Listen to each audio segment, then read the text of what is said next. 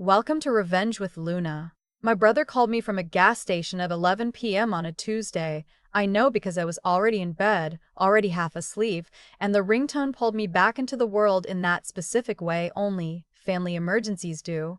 Not quite panic, just the dread of already knowing it's gonna cost you something. I need help, he said. No hello. No sorry to call so late. I sat up. What happened? The restaurant. We're behind on the lease again. If I don't pay by Friday, they're locking us out. My brother had been running his restaurant for 3 years by then. A small southern fusion place in a strip mall off Route 9, the kind of spot with mismatched chairs and a chalkboard menu that changed every week. He was genuinely talented. I believed in the dream. I just didn't believe in his bookkeeping. This was the second time in 8 months he'd called me with a version of the same conversation. The first time, I'd wired him $4,000 from my savings. He paid me back $2,000 and then stopped answering my texts about the rest. This time the number was bigger, $11,000. I'm 31. I work in digital marketing, run a small consultancy I built from nothing after getting laid off in 2021. I don't have unlimited money, but I have a business account, clean credit, and the kind of financial discipline that comes from being the only person in your family who ever had to be. I told him I'd think about it. I didn't sleep the rest of the night. By morning, I'd made a decision, not the smart one, the family one.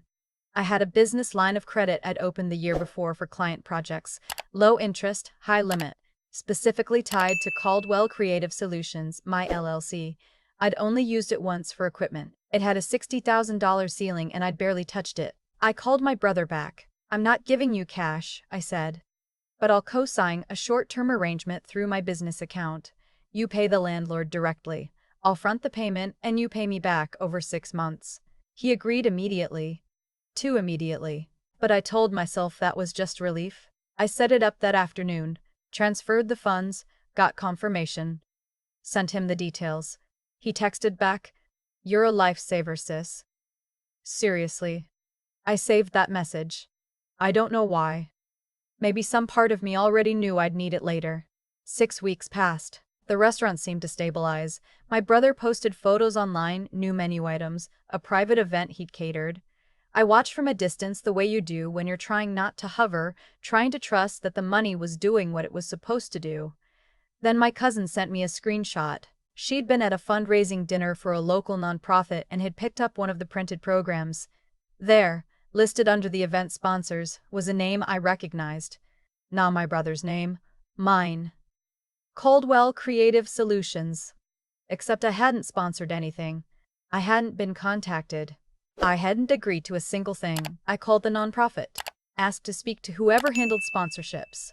A very pleasant woman named, I'll just call her the coordinator, walked me through it. She said a man had reached out several weeks ago, said he represented Caldwell Creative Solutions, offered a $3,500 sponsorship in exchange for logo placement and a mention at the event.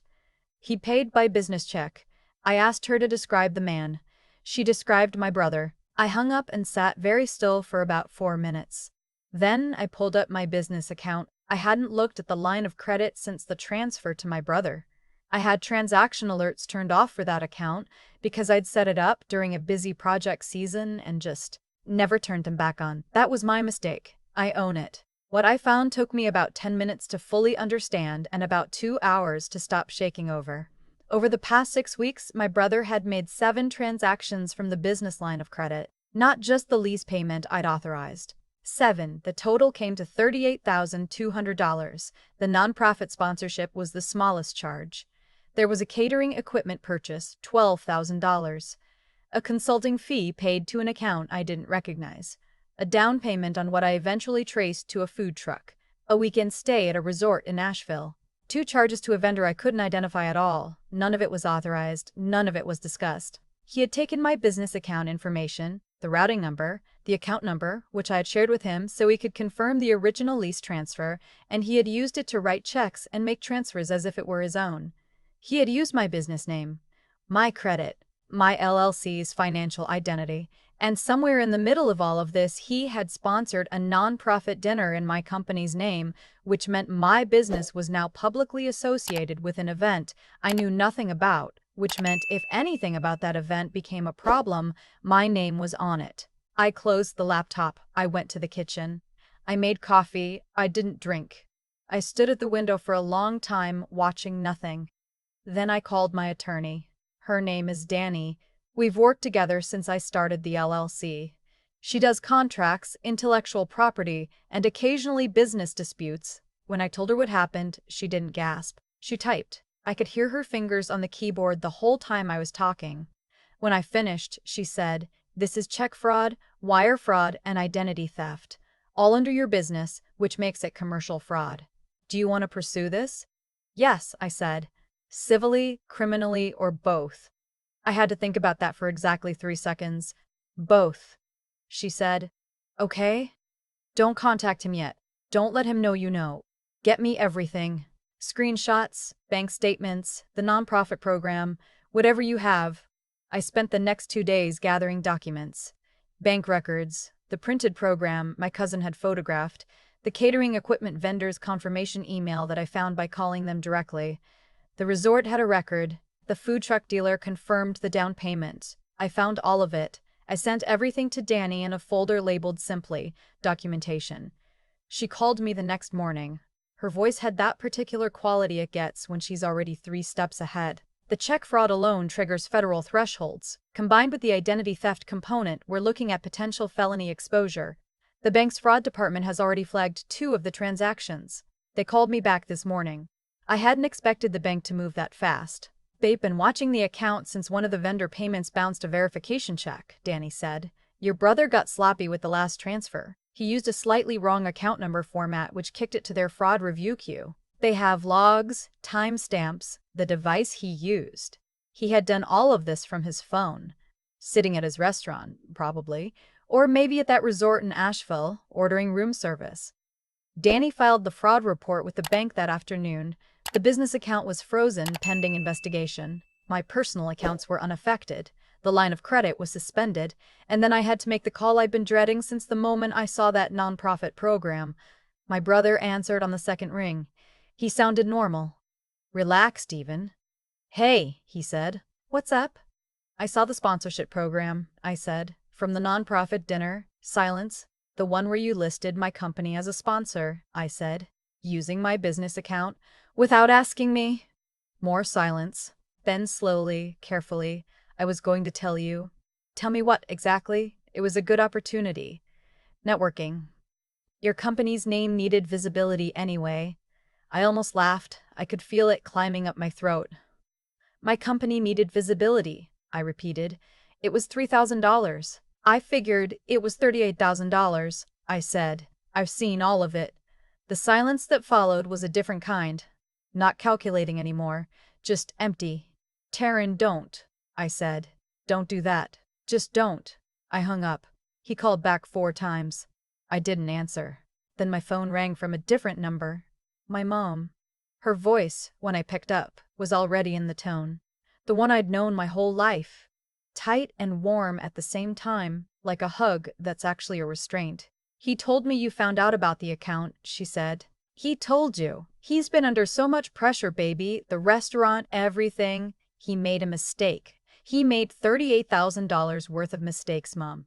Across 7 transactions. Over 6 weeks. He was going to pay it back."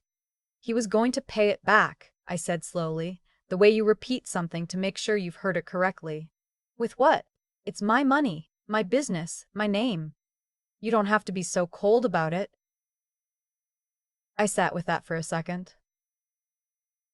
Cold. I'd wired him $4,000 18 months ago and recovered half. I'd set up a payment structure to help him keep his restaurant. I'd handed him exactly what he needed and he had used it like a credit card with no consequences. Cold. "Mom," I said, "if I don't file a report, I lose the fraud protection. I lose the ability to recover the money. I lose my business's credibility. I can't just let this go because he's family. He's your brother." "I know who he is." She paused. "If you go through with this, you're going to split this family apart. Is that what you want?" And that was the moment I understood something I'd probably known for years but never said out loud. The split had already happened. A long time ago. Every time I'd been asked to absorb someone else's consequences in the name of keeping the peace, The fracture had gotten a little wider. I'd just been standing on my side of it pretending the ground was solid. "I'm already on the other side of this, Mom," I said. "I've been here for a while." I ended the call. I turned my phone face down. I sat in the quiet of my apartment and I let myself feel all of it at once, the anger and the grief and the particular exhaustion of being the person everyone assumes will hold still while they take what they need. Then I got up and I made dinner and I went to bed. The next morning, Danny called with an update. The bank had completed their preliminary review and confirmed the fraudulent transactions. Fraud protection was formally enacted. The first phase of recovery had begun. But then she told me something I hadn't expected. "The food truck," she said. "He put it in your company's name." I closed my eyes. "He registered an asset under my LLC. He filed a business registration for the truck listing Caldwell Creative Solutions as the operating entity, which means technically, on paper, you own a food truck." I would have laughed if it weren't so exhausting. What does that mean for us? It means we add fraudulent asset registration to the complaint. And it actually helps us because it creates a much cleaner paper trail of intentional impersonation. He didn't just use your account number, he actively impersonated your business in a government registration document. "That was the nail," Danny said. The formal complaint was filed Thursday. By Friday afternoon, my brother's personal bank account had been flagged. He couldn't access business financing. He couldn't open a line of credit. The food truck was frozen in legal limbo. That's when the texts started. First from him, a wall of them. Some angry, some desperate, cycling back and forth so fast I could see the panic in the timestamps. "You're destroying everything I built. You know what this restaurant means to me. I was going to fix it. You didn't have to go to lawyers. We could have talked." Then from relatives I hadn't spoken to in months. An aunt. A cousin, on his side. A message from someone I barely recognized asking me to consider the bigger picture. My mom sent one final text. It said, "I hope you're proud of yourself." I read it twice. Saved it. Forwarded it to Danny without comment. She wrote back, "Noted." 2 weeks later, someone left a 1-star review on my company's Google page. No text, just 1 star. Then another. Then a third. All within the same hour, all from accounts created that day. I filed a report with Google. I also filed a harassment report with local law enforcement, attaching the review timestamps alongside the texts I'd received from my brother's number. A detective called me 2 days later, asked a few questions, said they'd look into it. The reviews came down. My brother's number went quiet. What I hadn't expected was the insurance piece. Danny had mentioned early on that my business liability policy had a fraud protection rider. I hadn't thought much about it at the time because I'd been focused on the legal process. But the insurance company had been quietly running their own investigation in parallel, and when their adjuster called me, she was calm and methodical and thorough in a way that made me feel, for the first time in weeks, like someone was actually on my side professionally. "Claim approved," she said. "We're issuing recovery for the full $38,200. You'll have a credit to your business account within 10 business days." I had to ask her to repeat it. "Full recovery," she said again. "And we'll be pursuing the responsible party for restitution. That's our right under the policy once we've paid the claim." My brother was no longer just facing a complaint from his sister. He was facing a subrogation claim from an insurance company. They have lawyers who do nothing else. They have resources I don't. They are relentless in a way that is completely impersonal. He called me that night, not to argue. The anger was gone. What was left in its place was something quieter and more honest than anything he'd said to me in years. "I messed up," he said. "Yeah, I got in over my head and I convinced myself I could fix it before you noticed." "For 6 weeks," I said, "across 7 transactions, including a government registration form." "I know." A long pause. "Is there anything I can do?" I thought about it. "Not for long. Pay the insurance company. They own the debt now. That's between you and them." He exhaled. Not relief. Something more like resignation. "What about us?" he said. I didn't answer right away. Not because I didn't know. Because I wanted to say it carefully. "There isn't an us to fix right now," I said. "What you did wasn't a mistake. It was a choice. 7 choices. And then more choices to cover it. I can't just reset back to before that." He didn't respond. I think he understood. I ended the call, sat in the silence of my apartment, and felt something I recognized after a moment as relief. Not the relief of winning, just the relief of having said the true thing clearly. The hearing was a small one. A civil proceeding, nothing like what you see on television. My brother showed up in a plain gray jacket, no lawyer of his own, looking like someone who had not slept well in several weeks. He didn't look at me. Danny presented the documentation. The bank records, the asset registration, the vendor confirmations, the insurance payout. The judge, efficient, unimpressed, reviewed it with the attention of someone who has seen this exact story many times. When I was asked if I wanted to speak, I stood. I didn't prepare anything. I just said what was true. I helped him because he asked me to, and because I believed in what he was trying to build. What he did with that help wasn't careless, it was calculated. He used my name, my credit, and my company's identity as if they belonged to him. I'm not here because I want to punish him. I'm here because I needed on record what actually happened, because someday the story might get told differently. The courtroom was quiet. I sat down. The judge ordered restitution to the insurance company. A payment plan. Monitored. Documented. My brother's ability to open business credit was suspended for 3 years. Any attempt to register a business using my LLC's name would trigger an automatic legal flag. Outside the courthouse, in the gray afternoon, my brother and I stood about 15 feet apart on the sidewalk. He had his hands in his pockets. He looked older than the last time I'd really looked at him. "You could have just asked me," I said. Not angry, just tired of the fact of it. I knew you'd say no. Then you had your answer. He looked away. "Does this make you happy?" I thought about that. "It makes me clear," I said. "That's enough." I walked to my car. I didn't look back. The weeks after were, more than anything else, quiet. The money was returned to my account. I updated my security protocols, turned on transaction alerts, changed account access credentials. I met with a financial advisor and restructured the line of credit so that it required two-factor authentication for any transaction over $500. I also called the nonprofit, explained the situation, offered to make the sponsorship legitimate, a real one, from me, voluntary, because the cause was actually good and I didn't want their event tainted by any of this.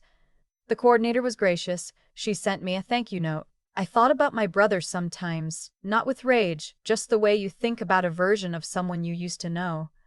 I thought about all the times I'd transferred money quietly, covered things without being asked, absorbed the cost of being the stable one. I'd told myself that was love. I understood now it was something closer to a habit that had become an expectation, that had become an entitlement, that he'd eventually stop bothering to hide. I didn't call my mother, she didn't call me. That wasn't a decision exactly, just a distance that opened up, and neither of us moved close. One afternoon in late October, I was leaving a client meeting downtown and walked past a stationery shop. In the window they had this display of custom business card holders. Nothing expensive, just clean and professional. One of them had a little plaque on the front that said, "Your name, your terms." I went in and bought it. It's sitting on my desk now. Every time I see it, I think about the difference between trusting someone and handing them the keys. I trusted my brother with a routing number. That wasn't wisdom. That was hope dressed up as generosity. I'm more careful now. Not closed, just deliberate. I help people when I can, and I document what I extend. I don't lend from accounts that have my business name on them. I set alerts. I read confirmations. Small things. The kind of things that shouldn't have to be lessons but are. My company is doing well. Better than before, honestly. The fraud investigation had an unexpected side effect. It put my business records in front of my attorney, my insurance adjuster, and a judge, all of whom came away with a clear picture of what Caldwell Creative Solutions actually is. A real company, with real documentation, real history, real accountability. That part I hadn't planned. My brother still has the restaurant. I heard from a mutual friend that he's been slowly paying down the restitution. I don't know if it's true. I don't check. What I know is this. The night everything resolved, I sat at my kitchen table with a glass of wine and looked at the folder on my laptop still labeled documentation. All those records, all those statements, all that evidence of what happened. I moved it to an archive folder, didn't delete it, just moved it somewhere I don't have to see it. Then I opened a new folder, named it something simple. Next chapter. I didn't put anything in it yet. Just left it there, empty and clean, waiting. Some things don't need a dramatic ending, they just need to be finished. And this one was. I've thought a lot about the moment I first wired my brother that $4,000 a year and a half before any of this happened. I remember feeling good about it. Genuinely good, like I was doing the right thing, being the kind of sister who shows up. I think that's worth sitting with, because the feeling wasn't wrong. The impulse to help someone you love is not a flaw. But somewhere between that first transfer and the seventh unauthorized transaction on my business account, something had shifted in the dynamic that I'd been too busy to notice. Or maybe too hopeful to admit. What I understand now is that actions have weight and they accumulate.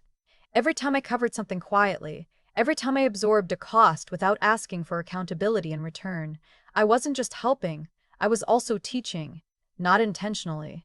But I was showing, through repeated behavior, that my resources were accessible and that the consequences of accessing them would be soft. My brother didn't become someone who commits fraud overnight.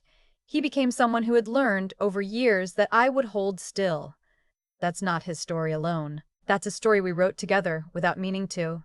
There's a version of this where I feel like a victim, and honestly, for about the first 48 hours, I did.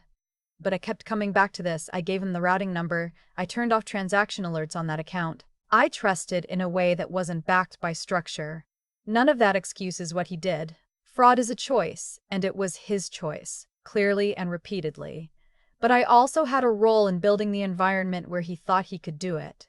Recognizing that isn't about blame. It's about honesty. The kind that actually changes how you move forward. The decision to pursue it legally wasn't easy. It was clear, but it wasn't easy. There's a difference. I knew what the right move was from almost the first moment I saw those bank records. But knowing something and doing it are two separate acts of will, especially when the person you're holding accountable shares your last name and your childhood. What carried me through wasn't anger. It was something quieter. A refusal to participate in the story where I was supposed to absorb this and call it love. That refusal, I think, is what integrity actually looks like in practice. Not the dramatic version, not the speech in the courtroom. Though that happened too. Just the private decision, made alone at a kitchen table to tell the truth even when it costs something. My brother is smart, he has real talent, the restaurant, at its best, is genuinely good.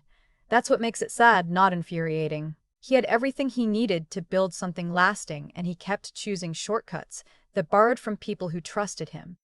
That pattern, left unchallenged, would have continued, maybe escalated. The most useful thing I ever did for him wasn't the $4,000. It might have been the fraud report. I don't know if he'll understand that. I don't need him to. What I know is that my company is intact, my records are clean, and I sleep without the particular weight of someone else's chaos sitting on my chest. I set alerts now. I document what I extend. I help people I love, and I do it with structure, because generosity without boundaries isn't virtue. It's just exposure. The bracelet I bought myself that October afternoon is still on my desk, actually. I never ended up wearing it, but I like seeing it there. It reminds me that the best thing I built through all of this wasn't a legal case. It was clarity about who I am and what I'm willing to accept. That one cost nothing. And it's worth more than anything I lost.